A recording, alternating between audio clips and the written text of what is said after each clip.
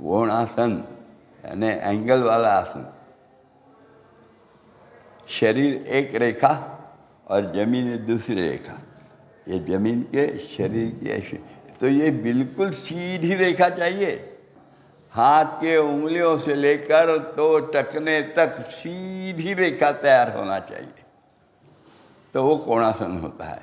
और body plane बोलते हैं उसको, वो मेंटेन होना चाहिए।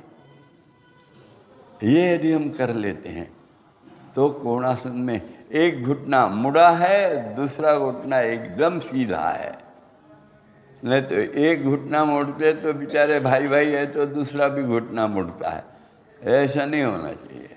और ऐसे झुकने को गए तो ये शरीर को तकलीफ नहीं होनी चाहिए, इसलिए शरीर बोलता है थोड़ा सामने ऐसे हो जाते हैं ना टेढ़े, और फिर सब कोणासन वैसे चालू हो जाता है।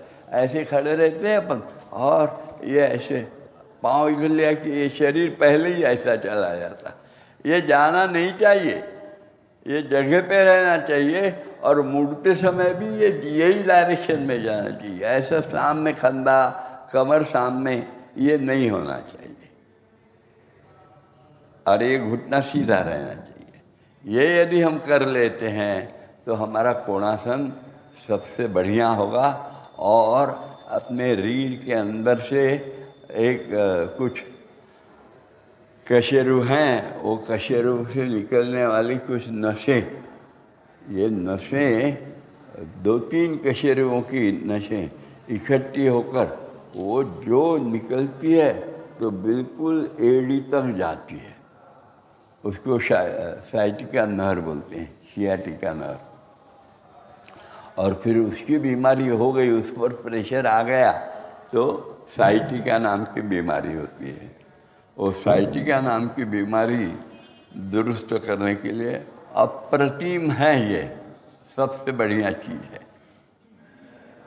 केवल जितनी चीज़ें बताई है एंगल की, ये सब एंगल नाम ही कोणासन।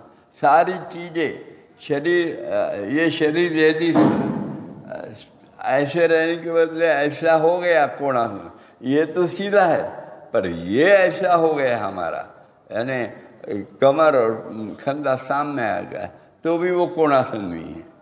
सब जगह एग्जैक्टनेस चाहिए। थोड़ा एंगल कम आएगा, 20-25 डिग्री के एंगल में जाना है, उतना नहीं होगा अपन से। अपन लेंगे ना 60, 70, 80, चल जाएगा। एंगल 80 का रहो आप, बिल्कुल चलेगा, पर एंगल बराबर रहने दो। ये यदि हम करते हैं, दंड काम से सट कर रहना नहीं, केवल सट कर रहना नहीं, दबा के रखना, ये भी खूब नितांत आवश्यक है। और वो सब रखते समय आखिरी में ये स्थिति अच्छी आ गई है ऐसा लग रहा है, तो उसके बाद में आँखों से ये अपने आँखें ऊपर चढ़ाकर उंगलियां देखना ऊपर की, हाँ ऊपर वाले हाथ की, ये करना खूब आवश्यक है। खूब ऐसा, पर दंडकाम से छूटना तो नहीं चाहिए, चिपका हुआ चाहिए, और ऊपर देखने की कोशिश भी करना चाहिए। तो फिर वो जो L3, L4, L5 और S1, इसमें से निकलने वाली जो नसें हैं, वो नसें यानी साइटिका नर्व जो तैयार हो जाती है, वो उसका स्वास्थ्य सुधरता है, बाकी सभी नसों का स्वास्थ्य सुधरता है। और फिर बिल्कुल कमर से लेकर तो तलपाँव तक के पाँव का स्वास्थ्य सुधरता है। इसके अलावा ये जो कोष्ठ है, ये सारे कोष्ठों का भी स्वास्थ्य सुधरता है, खंडों का स्वास्थ्य सुधरता है। रीढ़ को बांध के रखने वाली रस्सियों, उनकी ताकत बढ़ती है। रीढ़ के आजू बाजू 2 बड़े और स्नायु हैं, बहुत बड़े स्नायु हैं, कंधों से लेकर कमर तक के, उनका ताकत बढ़ती है।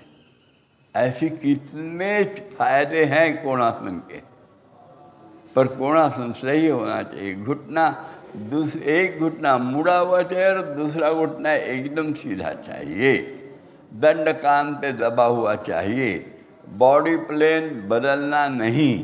ये यदि हम सब याद रखते हैं और फिर कोणासन करते हैं तो कोणासन के लाभ आपको बहुत जल्दी पाँव में बल आना। असं अतिशयोक्ती करून सांगायचं म्हणजे अंगद जैसा पाँव का बल निर्माण होना कि वो रावण भी हिला न सके, ऐसे बल निर्माण करने की क्षमता कोणासन में आती है।